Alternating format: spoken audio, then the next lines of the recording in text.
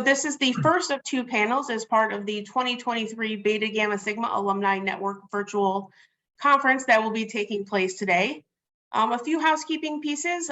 Feel free to let us know in the chat where you're joining us from. And then please stay muted unless you're called upon at the end to ask a question, just to limit the background noise.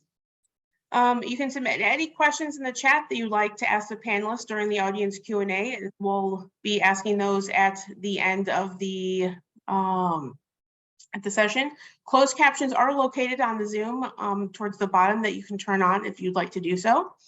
And now on to today's panel discussion. It is my pleasure to introduce Andrei Pavlov, of the chapter president of the London area alumni chapter, to get us started. Fantastic. Thank you, Christina. Hello, everyone. So I'd like to join Christina, Meredith, and Katie, who are all on the call, in welcoming you to this first session of this conference, of this year's conference. As Christina said, my name is Andrei Pavlov, and I'm the president of the London area chapter. So this is one of our alumni chapters in Europe and the only one in the UK. But I was inducted into Beta Gamma Sigma at Marist College in New York. And that was exactly 20 years ago, in 2003. I almost can't believe it. But just a few words about the alumni network that we have. So worldwide, we have more than 30 full alumni chapters, plus over 15 alumni networking groups. So these are groups of members that have formed a community, but they're not a formal chapter just yet. And different chapters do different things. At the very least, we all host networking events for our members, but the full range of our activities is very broad, and it includes professional development opportunities, scholarships, social events, and various ways to give back to our local communities and our local business students as well. Now, I personally like being involved in BGS, in Beta Gamma Sigma, because it allows you to meet new people who are both very diverse. So at least in London, our community is extremely diverse. And at the same time, these are people who are virtually guaranteed to be interesting, ambitious, and at the top of their game. And to me, this is the real value of being in a business honor society like BGS. So if you're not a member of the alumni of an alumni chapter yet, have a look at the list of chapters on the website and just contact the contact person or the president. And the other thing that I would say is just make sure that your own details are current and updated, because quite a lot of communication to the local chapters goes through the central website and through the central headquarters as well. But that's all, just about all I wanted to say. And in general, get in touch and stay in touch. And now it's my pleasure to introduce Val Moskalik from our Detroit chapter in the United States, who has a fantastic title of a coach and chief cheerleader, and who will be serving as the moderator for this session. So once again, welcome everyone. And Val, over to you. Thank you so much, Andrei. Thank you all for joining us today for our panel discussion on the global economy, the forces shaping the global economy. We're excited to hear from our panelists on this topic. As Andrei mentioned, I'm Val Moskalik, and I'm serving as the moderator today. I currently serve as the membership chair for the Detroit area alumni chapter of BGS. As Andrei mentioned, I'm a motivational speaker, coach, and trainer, and I'm passionate about teaching relationship building to non-traditional salespeople, including entrepreneurs, nonprofit organizations, and even people looking for love. I have a bachelor's degree in communications from the University of Michigan and an MBA in marketing from Oakland University. I am a graduate of the Sandler Sales Training Program, and I've used those skills working in adult and student recruitment for various schools, for recruiting adult volunteers for Girl Scouts, as a SCORE volunteer workshop presenter and mentor, and as the member recruitment and engagement chair for the Detroit SCORE chapter. Now, I'm happy to tell you about our panelists before I toss it to them to tell you more about themselves and their background on the global economy. Our first panelist is Joe Nellis, who is currently a professor of global economy, specializing in global macroeconomic analysis and policy, business environmental analysis, and strategic thinking for managers. He is also deputy dean and the longest serving member of Cranfield School of Management's executive board. He has previously served as director of the school and pro-vice chancellor of the university. He has held visiting professorial appointments at various universities in Germany, Belgium, Austria, the Netherlands, Hungary, USA, and Ghana. Joe has published 19 research and subject-based books and over 200 academic and practitioner journal articles. He's an experienced contributor to a wide range of national and international conferences and is a consultant to a number of organizations in the areas of strategy and business environmental analysis, strategy, formulation, and management development. Our second panelist today is Jahangir Sultan. Dr. Sultan is the Gibbons Research Professor of Finance and founding director, the Huey Center for Financial Services Trading Room at Bentley University, and he teaches fixed income and international financial management at the undergraduate and graduate programs at Bentley. Dr. Sultan has published articles in prestigious journals, including the Journal of Financial and Quantitative Analysis, the European Journal of Finance, Journal of International Money and Finance, Journal of Finance Engineering, Journal of Financial Research, Journal of Business Finance and Accounting, Journal of Applied Financial Economics, and Journal of Futures Market. He received the 1999 Bentley University Scholar of the Year Award, and he consults with banks and portfolio management firms and offers executive seminars on various topics, including behavioral finance, foreign exchange trading and risk management, and international corporate finance. He is an advisor to RTM Alternatives, a startup CTA specializing in trading commodity futures and options, and he also sits on the board of a New York-based asset management firm. Our third panelist today is Dr. Partha S. Ghosh, a world-renowned thought leader, problem solver, futurist, and inspirer in the field of business and technology. Given his wide range of interests, arts to sciences, philosophy to philanthropy, business to economics, he is known as a modern-day Renaissance man.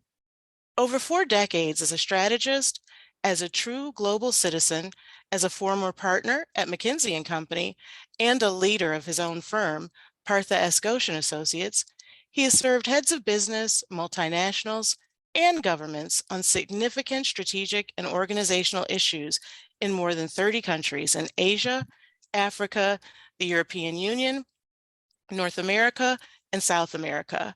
His clients view him as a creative problem solver and a visionary leader. He has delivered more than 200 plus keynote addresses in various leadership forums on strategy, innovation, nation building, leadership, and knowledge economy 2.0, and has published more than 24 articles on a wide range of significant geoeconomic and geopolitical interests. As a avid public servant, he is one of the founding members of the Boston Pledge and is involved with multiple philanthropic initiatives around the world. A new school, first of the kind, Partha S. Ghosh Leadership Academy, is being established at the Indian Institute of Technology in Kharagpur, India. The school integrates Eastern and Western wisdom to provide young students as well as senior executives with the opportunity to uncover their inner powers to influence positive outcomes on society. And those are our panelists today. I'm going to throw it over to Joe Nellis to give us a more in-depth introduction. Joe, is there anything you can add to that? Well, I'll add a little bit, Val. First of all, I'd like to say I'm honored to be invited here today to meet everybody. I'm also very humbled, by the way, to meet my fellow co-panelists. I'm rather at a more humble background, I would say, than they are. I'm based in Cranfield School of Management. For those who don't know that, it's one of the oldest business schools in the UK, based just north of London. And Andre is my colleague, and he's to blame for inviting me, by the way. But by way of background, my accent probably is a little bit confusing. My accent is actually from Belfast, so I'm from Northern Ireland, that little part of the UK, which has caused so many problems over the years. But I remember in 1976, when I was finishing my degree, I applied for what you would call in America Peace Corps. We call it VSO, Voluntary Service Overseas. I remember being asked, where would I like to go if I was offered a place? And I said to the panel, I've never been on a plane before. I'll go anywhere in the world. So I thought London or maybe Birmingham, UK, etc. I ended up in Ghana, hence Ghana on my short biography. I regard Ghana as my second home. I was a teacher there for 2 years in a remote part, and I go back every year apart from COVID, and that's certainly shaped my life. But in terms of my interests, my title of global economy simply tells you I'm a macroeconomist.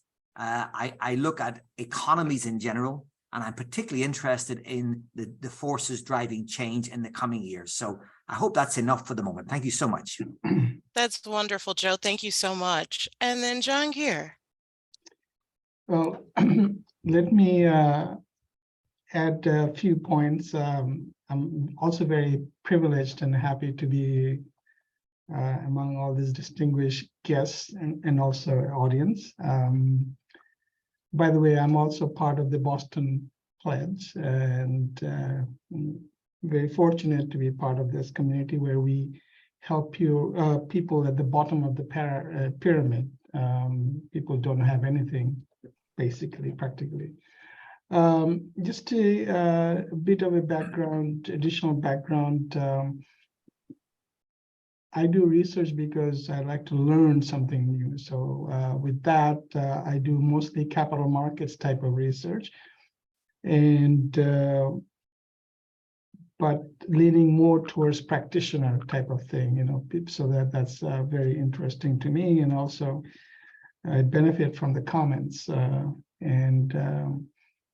I'm at Bentley University. Those of you who don't know Bentley, we are sitting literally 9 to 10 miles from downtown Boston, but it takes about 45 minutes to drive to downtown.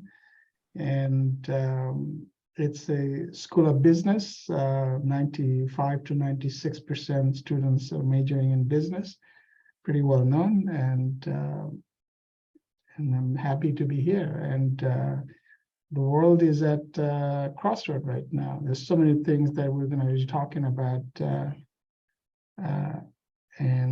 I'm just waiting to learn as much as possible and maybe share a few of my insights. Thank you. Thank you so much. And now Partha. Well, I have very little to add, but to first share and echo what every one of you have shared so far. I'm really humbled to be with this panel. It's indeed a great privilege to be able to share a few thoughts. And I viewed myself as a professional student of life. So I'm here to learn more than perhaps what I will be able to share. And as a problem solver, I had the privilege indeed to almost serve in 36 countries. I don't believe I've done so, but suppose when I connect, I do see that. And what I've learned is that we have to learn how to flow with life. Managing flow through different ups and downs, I think, would be the challenge of the 21st century. And I'm really looking forward to this discussion. Thank you very much. And I think we're all looking forward to the discussion, and we're glad to have all of you here. Let's go ahead and get started. I have a list of questions that I've been given to ask, and we'll see where those go. I think the first question is pretty broad and will help set the stage for today. How does the global economy affect our everyday lives?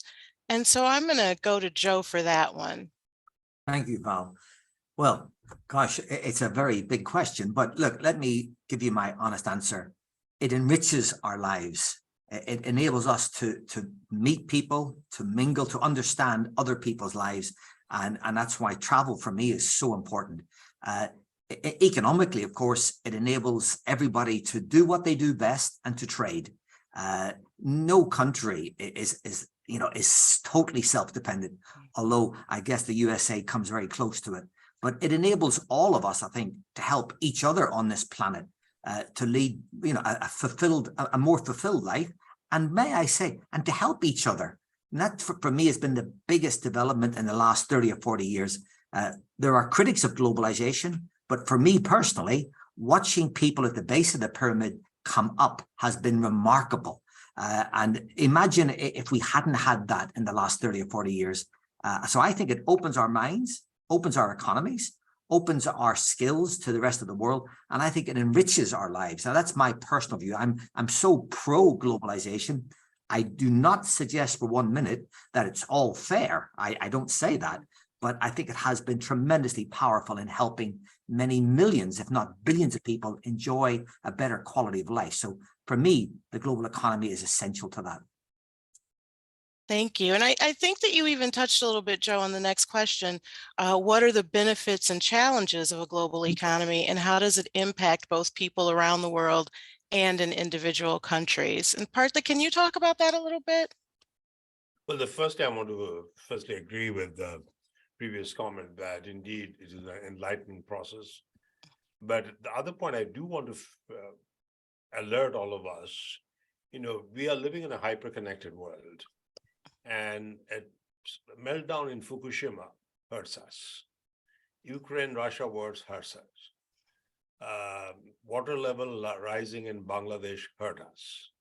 Tsunami in Thailand hurt us. So I think the other requirement would be that we know how to stay alert, how to be agile, and to have genuine interest in different parts of the world. So should positive things happen or negative things happen, we know how to engage with the positives, negatives, with dignity, with eagerness, and with true sense of ownership, how far the problem may be. And that's where I think we are still challenged. Often we do not connect with the problems with as much, I would say, sincerity, genuineness as we must. Now, going back to the question that you asked, that, the benefits and the challenges, obviously they come with each other. But what is more important is to understand that as the world is unfolding, as you know today, there are a lot of geopolitical tensions. The geoeconomic tensions are also serious. The trade relationships with the United States and China is not as good. The new blocs are perhaps getting formed. So there will be continuous metamorphosis of different forms. And I think it is important whether we are the micro level or macro level, whether we are in the academia or in public service, that we have an understanding how such metamorphoses are taking place so that we are not caught surprise. I was watching what happened with the Silicon Valley Bank, the Signature Bank. Now, why did that happen? And obviously, I don't really blame Silicon Valley Bank because they were putting their money in their treasuries, which is supposed to be the safest bet. But unfortunately, they put the money in when the interest rates were low. In the process, as Powell started increasing the interest very rapidly, many of these companies were kind of locked, constrained, because they cannot move out of those assets, but the interest rates have gone up, so people are pulling out money. Now, that happened in this country, but what we do not realize is what is happening in countries like Nigeria or Ghana or India, which has got huge debts in dollars, and as the interest rates goes up, obviously their liabilities in the process go up because now they have to pay a higher interest rate, and their currency are obviously depreciating vis-a-vis dollars. So in the process, the load in other countries are increasing. So I think time has come, we have the ability, whether we are the macro level or the micro level, to be able to see the world with the holistic terms, connect the dots, some visible, some less visible, some not visible as yet. But the role of the leadership to be able to connect dots will become extremely important. And I'm afraid we are not doing that quite well. And that's why we are currently going through this crisis, as you have seen in the last 3-4 days. And that's a very good point, Partha, that we are all interconnected. And I think that really leads into the next question. What are the main factors affecting the global economy today? And John Gear, can you address that one? Thank you. That's another very broad question. I think in terms of main factors, the biggest factor you can think of right now is the war that is happening between Russia and Ukraine. It has both economic, psychological, and moral effects, all over the world, and it's affecting the economies of the world to the tune of trillions of dollars wasted resources. And so while we are so privileged to be able to have access to internet and share our thoughts, but we often forget how this thing has an impact on people starving. Okay, the grain export from the breadbasket of Europe is stalled. And whether you talk about people in parts of Africa, Asia, they're just having to deal with day-to-day life. They're not really, they don't even have time to think about how all these major factors are affecting their livelihood. But and we seem not to be focusing our attention to those people. That is it's a waste of our resources not to promote that. And the another factor, I think Parth touched a little bit on that, is that the world is caught up in keeping up with the Joneses. By that I mean, every time the U.S. increases the interest rate, for example, the whole world has to follow the leader. And it has an impact on the cost of capital. It has an impact on inflation. It has an impact on so many things. So these are some of the basic factors. But summarizing, I think the uncertainty, whether it comes from monetary policy uncertainty, political policy uncertainties, and the war that is devastating parts of Europe, it just not affecting one particular factor. It has a catastrophic chain reaction. The whole world is integrated so much that very difficult to isolate. The inflation is the main cause. No, it is because of interest rate. Interest rate is the main cause. No, it is because of supply chain issues. So many things are happening, and the world leaders, they really need to sit down, talk, and basically have a fist fight among themselves instead of fighting in the world stage and destroying the world and the peace and harmony that we had achieved for a while. Thank you. You're welcome. Thank you. I think that's a really good lead into the next question. What are the key indicators of an economy's performance that perhaps those world leaders should be looking at and be aware of as they make decisions around policy? And I'm going to throw that one to Joe. Yeah, Val, really two sides to this question, actually. There's the textbook answer, and then there's the human side. Obviously, since time began, we've looked at the key indicators, the primary one being GDP. And of course, that's coming into question, growth for the sake of growth. I'll come back to that in a moment. And of course, inflation and trade balance and so on and so forth. I'd like to move away from that standard textbook answer and really raise some of the deeper issues about income inequality, for example. I think we need to focus on that every single day from here on forward. I think that the inequalities that are building up across the world are dangerous and sad at the same time. And the other question, of course, is, in terms of performance, how much are we investing in our future? The phrase that I always use is investment, the engine of growth. But many, many countries in the world simply can't afford to invest in the future, and they're struggling. And I think in the post-pandemic and post-Ukraine situation or current situation, I think many countries are struggling to borrow funds to get their economies onto a growth path. So in terms of economic indicators, as I say, I'm going to avoid giving the standard answer. I would rather we looked at what is now called the happiness index. I know that sounds rather vague and wishy-washy, but it's about quality of life, not about the quantity of what we're producing. And I think we need to spend more time on this in the future. Thank you, Joe. I think those are really good points, looking at income inequality, looking at investing in the future, and I love looking at the happiness index. Partha, do you have anything that you might like to add to that about key indicators of an economy's performance? Yeah, absolutely. I would like to build on what Joe had to say. I firstly agree with you, Joe, that we have to think of happiness index, but when someone is starving, when someone Yep. is perhaps thinking of the next meal. The happiness is all about finding the next meal, but someone who's driving a Ferrari, the happiness is something else. Yep. So I think that's there itself we have a challenge. What is happiness, and how do we define those different elements of happiness Yep. across different societies?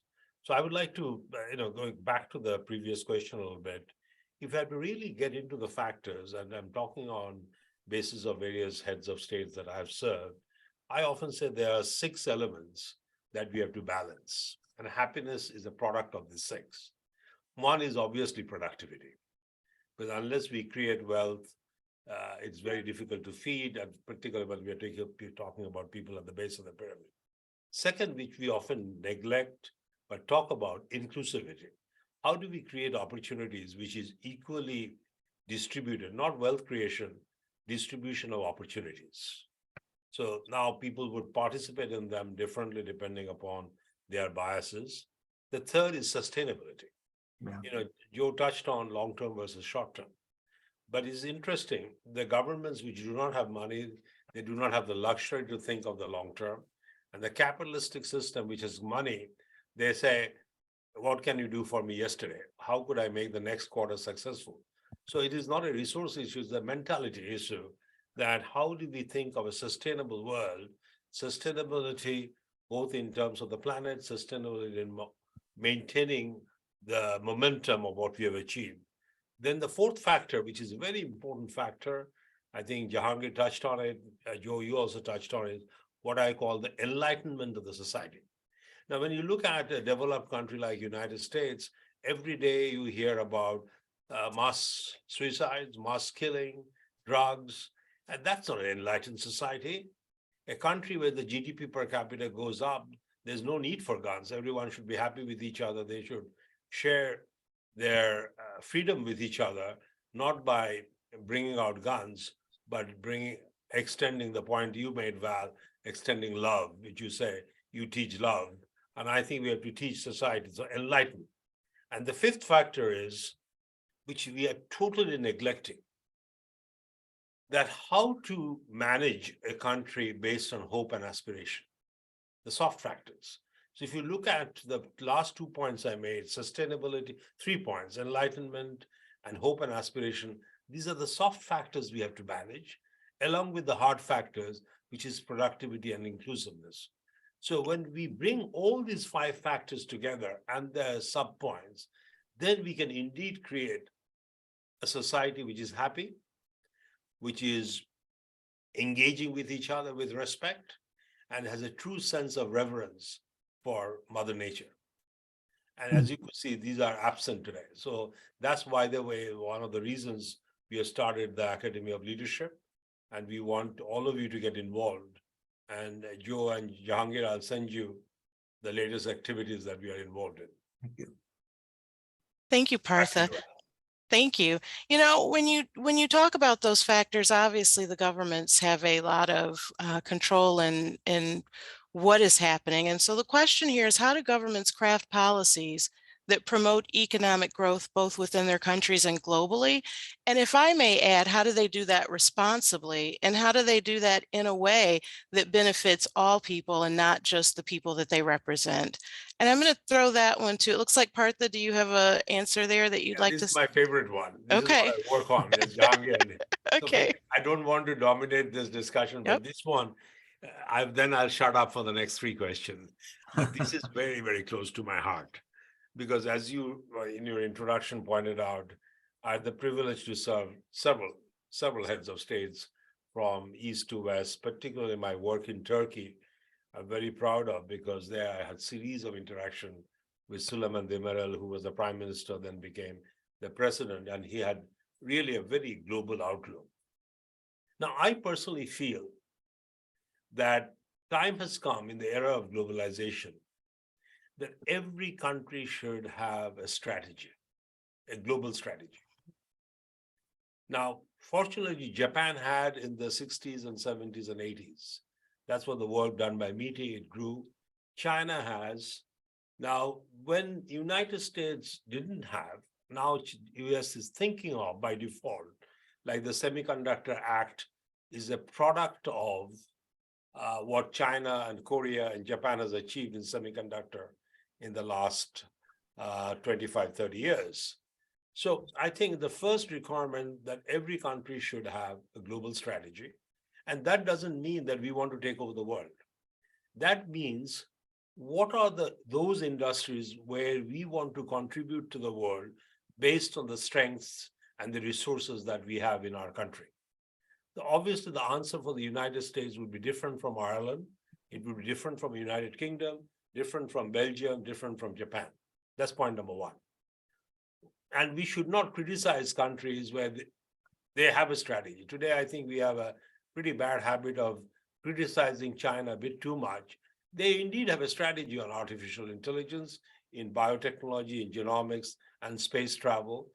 So be it. No one stops us from having a strategy of our own. But once you have a strategy, then you could create that I will call a positive engagement, a synergy. And much of the problem of today's society is that we think in terms of zero sum, that if I win, someone has to lose. If someone wins, I have to lose.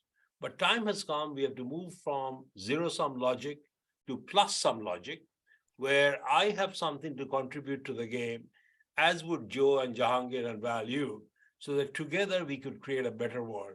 And unfortunately, that is not happening because some countries feel left out. Some countries want to have more power. Some countries believe they're victims. I think we have to get out of that mode. Every country should feel, whether we are in $250 per capita mode, or $25,000 per capita mode, or $100,000, that what is our role in the global society? And as a result, how do I play the card? Now, for a poorer country, it would be a labor cost game, adding value to the resources if they have one. We assume that every African country has a resource. Not necessarily true. Some of them are rich in manganese, some of them are rich in lithium, some of them are rich in hydrocarbon. But we have to have the strategy. And then I think we can create a better world, which will be significantly more synergistic in the future development of the civilization. Val, can I jump into this? Please do. It's a privilege to be able to argue with Partha-Ghosh, okay? I agree with him 100%, everything he has said.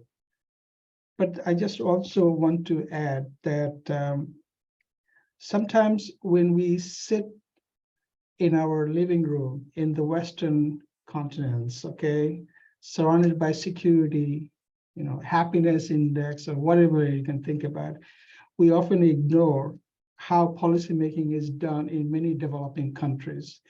There, the biggest source of the problem is they have very well-defined strategies. Trust me, they do. These strategies actually come from developed countries like the US, Canada, Japan, all the OECD countries, but they don't have the resources, number one. Number two, even if they have a little bit of resources, those resources are dwindled away because of corruption.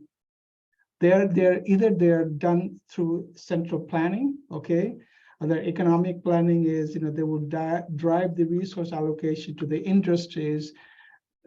They're not driven by pure economics that Partha has mentioned, okay? But they should be. And this scarcity of resources driven by political gains, can really ruin countries. You don't have to go too far. Go to parts of Africa. Go to country like Pakistan or Sri Lanka. I mean, these were once very thriving countries, but now look at what has happened. So, what the policies, they have well-designed policies, but they're just not implemented.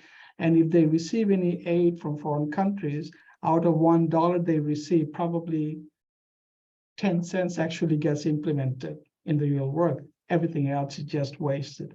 So I think it is, to measure countries' performance and economic growth using per capita GDP, the days are over. It's no longer, it is not working anymore. Okay, we need to come up with a real measure to see how exactly the countries are doing to promote the livelihood of the people that matter most. people at the bottom of the pyramid. If you cannot keep them happy, if you cannot keep them gainfully employed, then these countries have only one choice: to gravitate towards disaster. That's why you have civil war. That's why you have all sorts of economic instability, political instability. So I think that's why sometimes I wonder about these economic indicators as a true measure of success.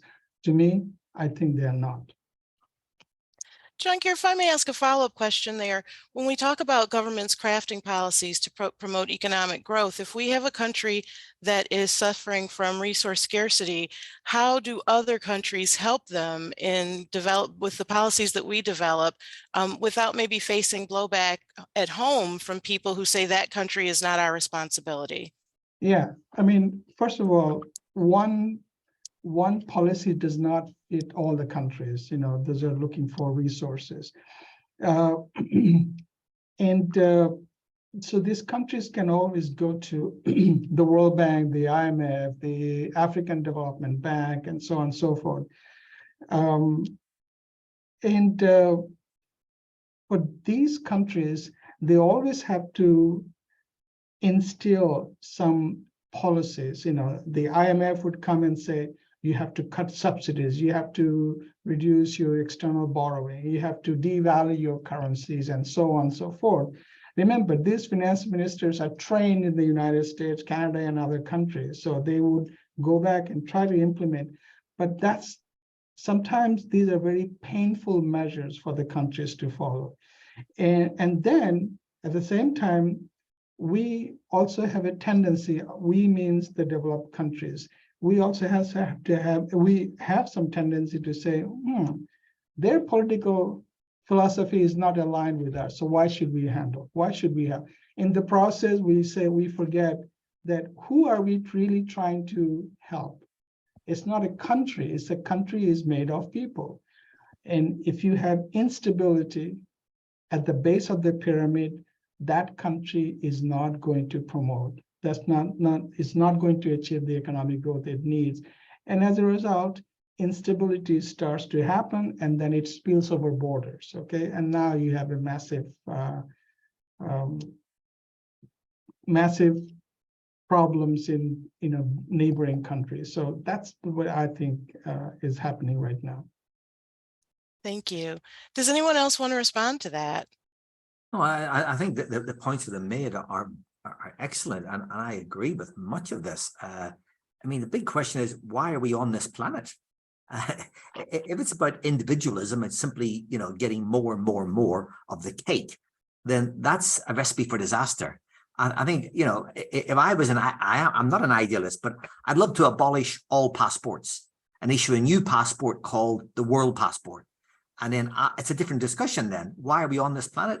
Hopefully to improve the lives of others. But sadly, this is not very popular at the moment, especially in an economic crisis. It tends to be an inward-looking perspective rather than outward-looking perspective. So I totally agree with what's being said. Thank you, Joe. I think that's a very good point, and it really leads into our next question. The crisis has everyone looking inward instead of looking to see outwardly how they can help everyone else. Has globalization gone too far? Has it gone not far enough? Is it heading in the right direction or the wrong direction? And I'm going to start with Partha and then maybe give everybody a chance to weigh in on that one. That's a big responsibility, but I'm looking at on the weighing in more than what I'll say. So I think, firstly, globalization is a natural force of nature. Natural force of nature, as Joe was talking about, is one humanity. And in Vedic philosophy, there's a term that the whole world is one humanity. That's the fundamental mantra of ancient Indian philosophy. Now, unfortunately, over time that we have drawn borders, we have developed kingdoms, now countries, now parties. Within parties, we do not communicate with each other, as you could see what happened on January 6th in this country last year. So I don't think globalization has gone that far enough. Yes, we have globalized, but the way we have globalized has changed over time. Earlier days, during the Silk Road, it was on the camelback, on horseback. the globalization began 2,000, 3,000 years ago, and it's continued today. It happens through the social media and digitization at the speed of light.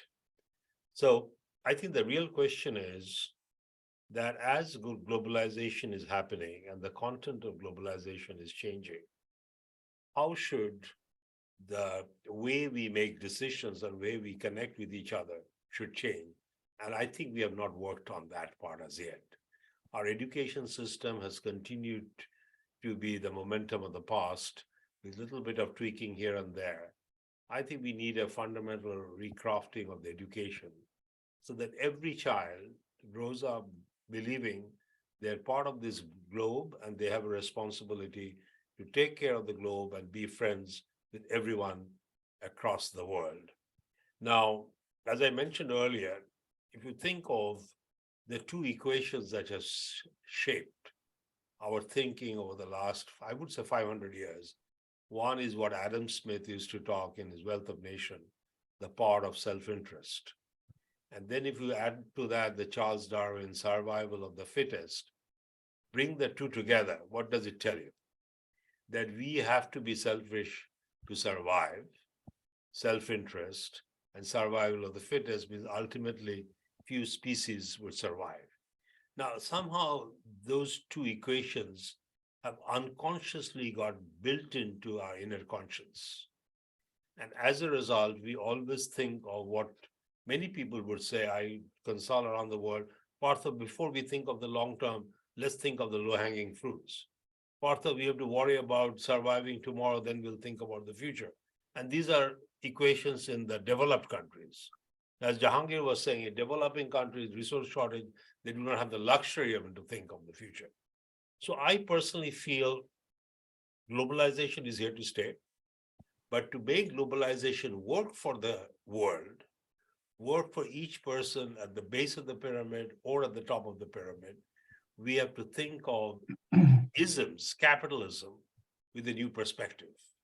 We have to think of governance of nations with a new perspective so that we could indeed create what I'm calling the plus sum ecology or plus sum ecosystem or plus sum equations where everyone believes that when we exchange, when we share, when we synergize, it is 1 + 1 = 3, as opposed to 0, 1, that if I get the 1, you get 0. And that's a very fundamental shift. I may making it sound very simple, but it is a very hard choice. And that's where I think we have to focus on to shape a better future, and globalization must continue. So Partha, it sounds like you're saying we haven't gone far enough and we need to tweak the infrastructure and what supports it so that we move away from that zero-sum game. All right, Joe, what do you think? Just add both the hardware and the software. Both the hardware and the software. I love it. I love it. Joe, how about you? What do you think? Not far enough, too far, in the right or wrong direction? Well, it's remarkable. If I had gone first, I would have said it hasn't gone far enough. So it's a remarkable coincidence. It is here to stay. I would totally agree with what Partha has said. However, I'll just add an element to this. Globalization in the last 50 years hasn't led to a fair outcome. And I would focus therefore on what economists call the terms of trade. The reality is the terms of trade have been heavily skewed in favor of developed countries for decades, for centuries perhaps. And so I think globalization must continue, but I think it must continue with a fairer terms of trade where the developing countries get a better deal out of this relationship, because it's been heavily skewed, in my opinion, for so long. And I think the other point that Partha made was about, the hard and soft. Just to add to that, I think there is cause for hope in the world.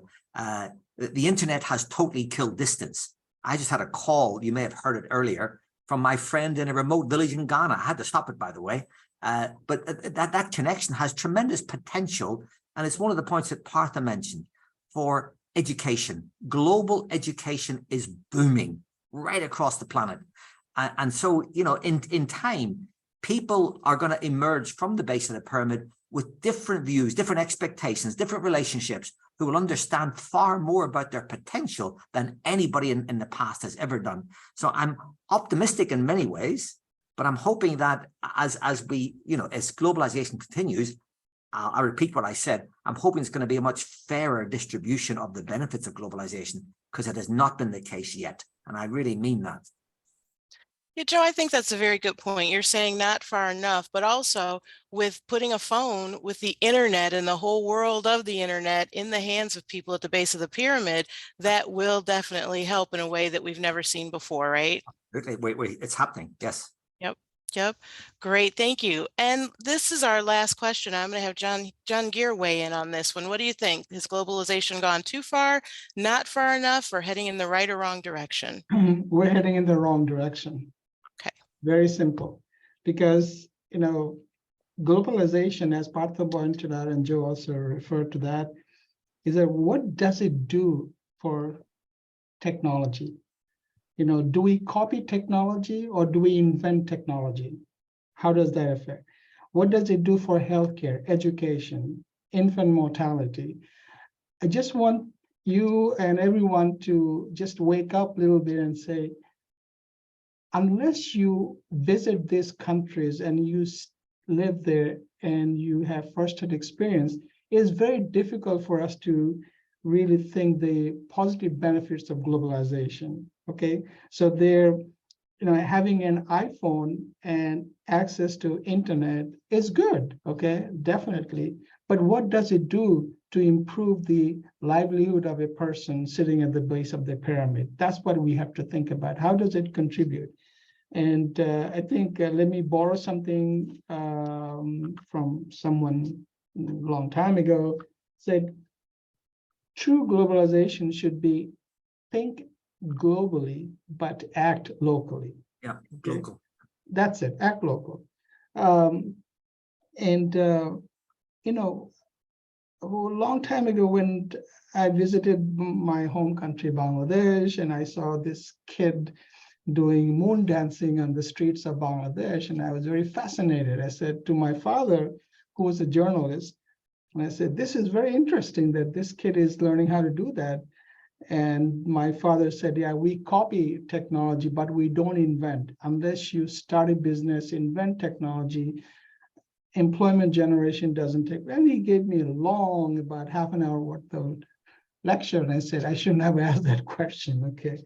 But it's very important. A free trade, we know, is the best trade. And no one is forcing you. But as Joe mentioned, that I think the terms of trade are not in favor of some of the resource raw material producing countries. And that is, again, is another wrong aspect of globalization, because we now owned mines in parts of the world, and obviously some of the policies we're going to be making, we're going to make because they increase the net present value of our shareholders. And where do our shareholders live? In this country, not in that part of the world. So that's a dilemma. I would like to, if I may, Val, with your permission, like to go a step deeper. Firstly, Jangad, I agree with what you're saying about moon dancing. Now, if that person who was doing moon dancing developed another kind of dance in Bangladesh, most probably no one will take attention of, because the developing countries' problems are any person justifies their value in society if they can talk something which has happened in the West, if we can do something which has happened in the West, because that's how the value systems have worked. If that kid did a new kind of dancing, that no one will take attention. And only when you do it in the US and Michael Jackson emerges out of that, Michael Jackson becomes a global figure. So that's why I want to particularly focus on education, not of the developed countries, but of developing countries. Correct. Because developing countries' real problem is they are taking cues from developed countries. Developed countries, obviously, they will teach what they know. It's not the fault of, often we try to sound every problem is a problem in the United States. I don't think so. I think each country has to take the responsibility, and to take the responsibility, they have to be educated.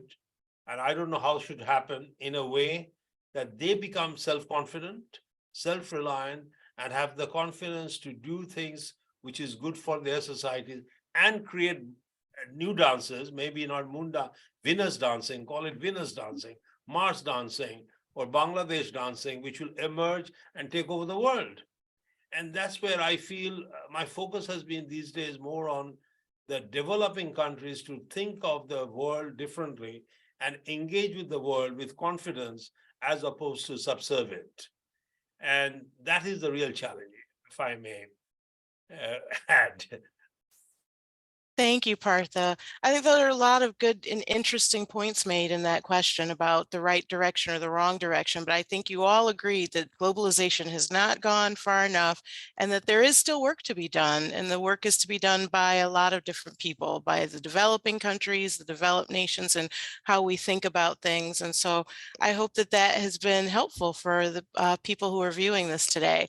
We are actually going to go to questions from the chat now. Are there any questions in the chat, Meredith? I have one question so far, but if any of our guests have any questions that they'd like to ask our panelists, feel free to pop them in the chat or raise your hand. But the first question that I'll pose to our panelists is, with the recent bank collapses and crises with Silicon Valley Bank and Credit Suisse, how do these problems of the global economy, how do these affect and cause problems with the global economy, and what needs to happen for this to happen in the future? For this not to happen in the future, sorry. John Gear, do you have a response to that? Let me add a little bit. I think Partha covered a little bit. It's a very simple problem. The banks borrow at a very low interest rate and lend at a higher interest rate. The spread has to be positive, okay? Now, the problem is the savers or depositors, they look at it differently. They say, okay, when I'm going to lend, I should be able to lend at a higher interest rate. So I want to take my money out. That's number one. And I don't want to be in the treasuries anymore. I want to get high yield instruments and whatnot, take a little bit of risk or whatever.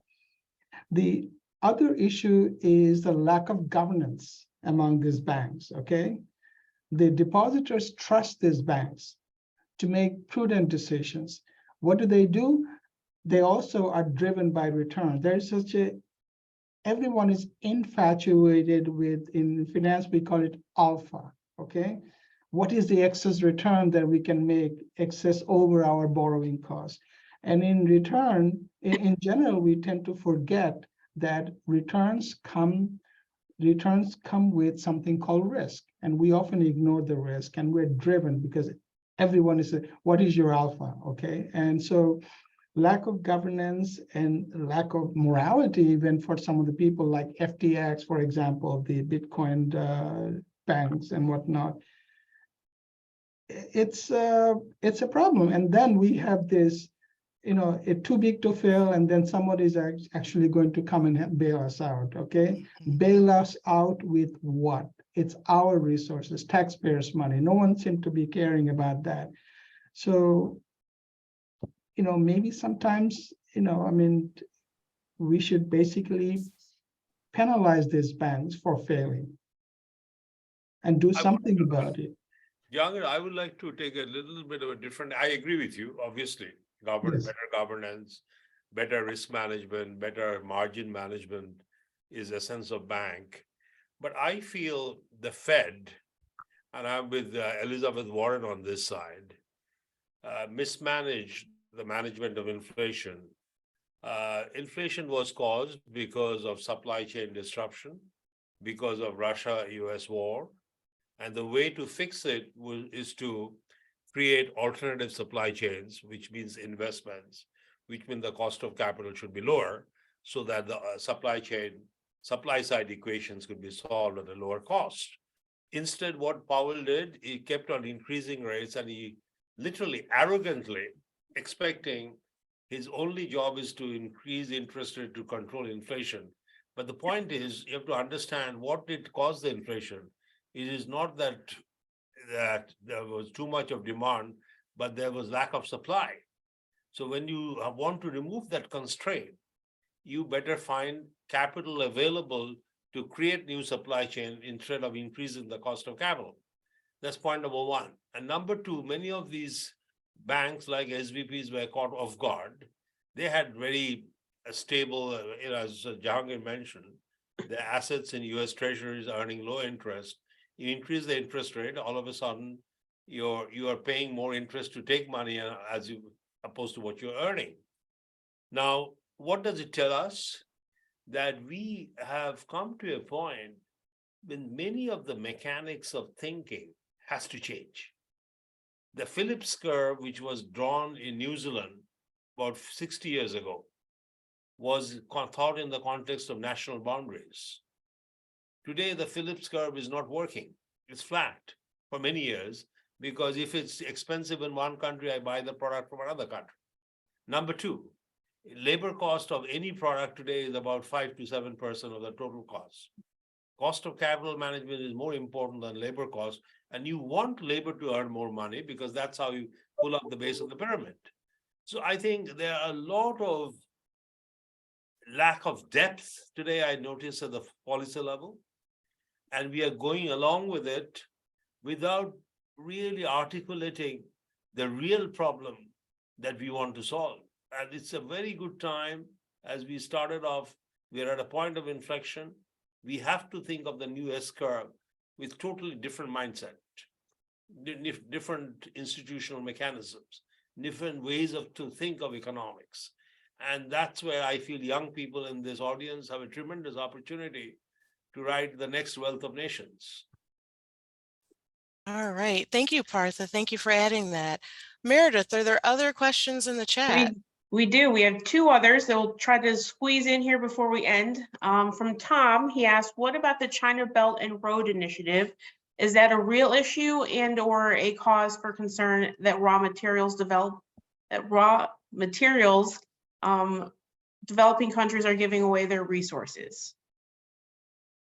I could take a point again. I do not want to, because I've studied this problem.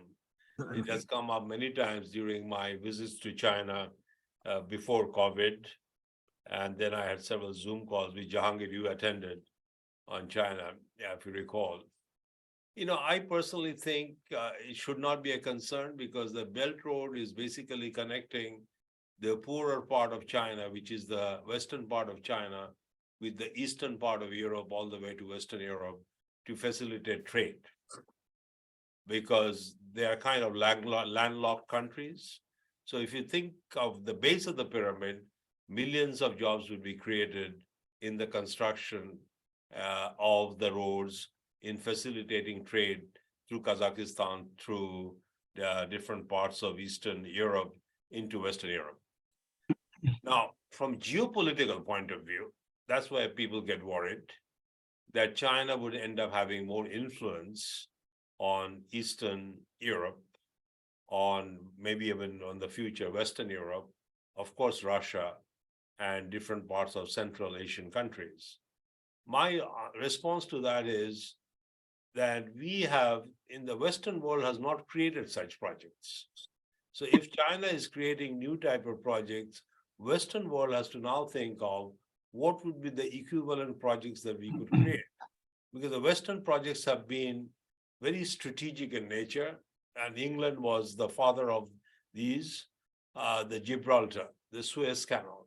These are very important points of trade which England controlled. And then, of course, US created the Panama Canal. Now, those were the very strategic projects which could open up the sea routes. Now, first time, China is saying, building on the Silk Road experience 2,000 years ago, will open up the land routes. So I think we should embrace it, but we should then geopolitically think of how the political balance is not upset, but we should accommodate China. So far, United Kingdom in the 18th and 19th century had the real geopolitical power. Then United States came into play. Now China is coming into play. We should not feel threatened. We should again think of how to synergize strategically, intelligently, so that such developments are embraced with proper power balance. So that would be my answer to that question. So Parth, it sounds like you're saying not a reason for concern, but an opportunity. All right. All right, let's see what Joe had to say. I think Joe wanted to add something to that. I've listened very carefully to Partha, and I'm not sure I agree totally. I think there is some cause for concern, and let me explain why I say that. The England or UK example you give, if we go back to colonialization, I think what we're seeing today on the part of China, and I say this with respect, I think we're seeing modern colonialization in practice. Modern in the sense that China is investing, China is buying resources, China is lending money, China is helping countries. That's to be welcomed, by the way, as opposed to the old colonialization where we took those resources. Beautiful. So I think that's inevitable, and that's good, by the way. The only question I've got is this: and it's a question, does China have a long-term plan? Is this a power play? And I think it is a power play. And I don't blame China because, as Partha hinted at, or told us earlier, the balance of power has been unequal, by the way, for centuries, very much US and Europe. And I welcome the fact that other parts of the world are going to benefit from China's investments. But I think it's all happening very quick. That's the problem. It's happening so quick that a number of people are getting very nervous about it. But I totally embrace the point that Partha did say. We need, well, if I can paraphrase, we need to talk to each other. Not talking is not an answer. We got to understand China. And remember, the Chinese mentality is one of long-term. The 100-year business plan, the mythical 100-year business plan, is part of the mindset. They think long-term. In the West, we tend to think much shorter term. Maybe political cycles are the main factor. So let's talk to China. Let's cooperate more, and let's not have a conflict over this, because I think this is a journey that is not going to end. It's going to continue to go the way China wants it to go, but we got to embrace it. Absolutely. I think we are in agreement, absolutely. And we have to learn how to synergize, because I want to add a little bit. We had I think Jahangir, you will recall, Boston Pledge had a meeting on Africa, remember, about 2 years ago? And there were two speakers, one from Nigeria, one from South Africa. They made a very interesting point. And they were very positive of China's investment in Africa. And their point was, when the Europeans came to Africa, they didn't invest, they took it away. Correct. They're investing and they're trading with us. So what the hell are we complaining? Correct. Now, maybe they're trading in such a way we could become better traders. But then they were saying, we have to learn. The Nigerian was saying, Nigeria has to learn how to trade with China, but at least there is a trade, not takeover of the country. Correct. So I think we have to, absolutely, I agree with you, that there's a new world emerging.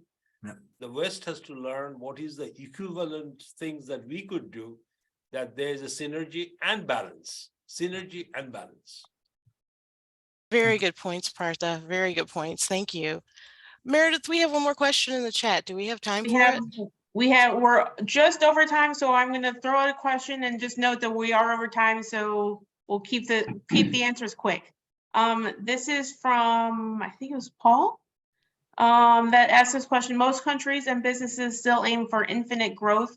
However, resources on Earth are limited, and we are close to several tipping points. For example, climate change. So would you say that the craving for economic growth has to stop eventually, and how would that happen? All right, I'm going to throw that. Jahangir, do you want to address that one?